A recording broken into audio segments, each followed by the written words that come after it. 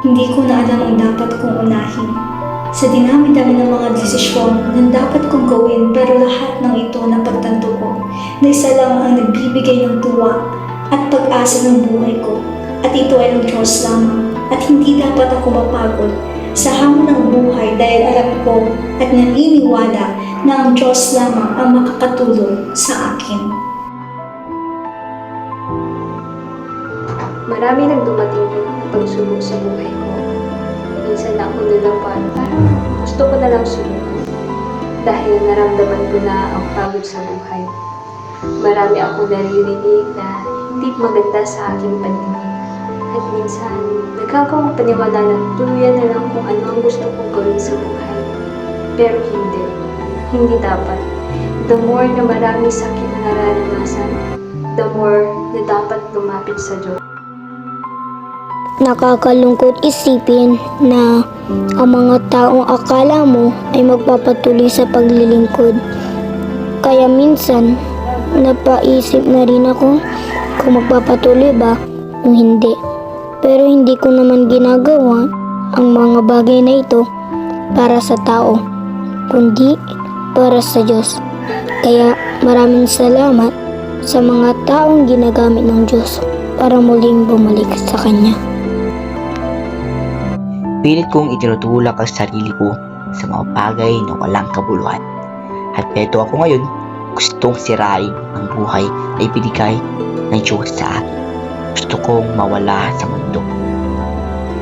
Sa dinami-dami ng problema na dumarating sa buhay ko, heto ako ngayon, nagdurusa. Nagdurusa sa mga maling desisyon. Ngunit pinadama pa rin ng Diyos sa akin na may pag-asa at pwede pang bumalik at huwag sumuko at manatiling tapat sa Kanya, gawin ang Kanyang kalooban. Makakaya kong bumalik ng dahil sa Diyos. Gusto kong gawin ang ninanais kong mangyari.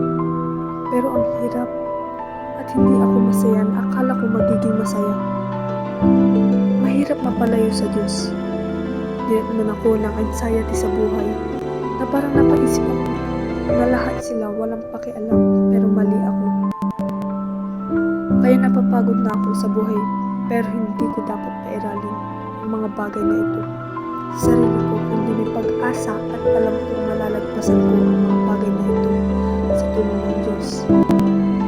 Kakaya ko ng dahil sa Kanya. Subalit may mga pagkakataon pa rin akong gusto ko nang sumuko. Ngunit hindi ito ang kalooban ng Diyos. Anak niya ako at hindi dapat ako magiging ganito. Maraming mga pangyayaring hindi mo inaasahan. Madalas, hindi mo maintindihan bakit nangyayari ito. Nagtatanong ka na lang bakit? Paano at ano ang dapat? Sa mga katanungang ito, ang Diyos ang nagbigay linaw mula sa Kanyang salita. May mga pagkakataon man na nararamdaman ng pagod. Subalit, the more na minamahal mo ang Kanyang gawain, ang pagod ay gumagaan, lalo na kapag sa Kanya ka nagtitiwala. Ang paglilingkod man ay minsan nakakapagod, pero ang Diyos ang sandala mo sa lahat ng pagkakataon. Hindi dapat tumigil. Manatili tayong magtapat hanggang sa dulo ng buhay at datnan niya tayong nagtatapat.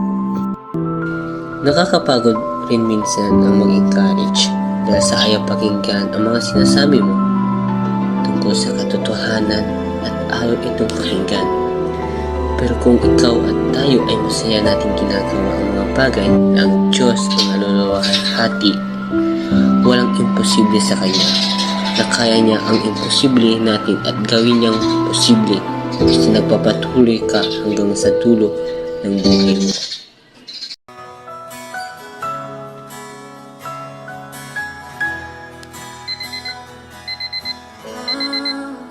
Papuri ko ay tanging sa'yo, sa'yo lamang iniaalay,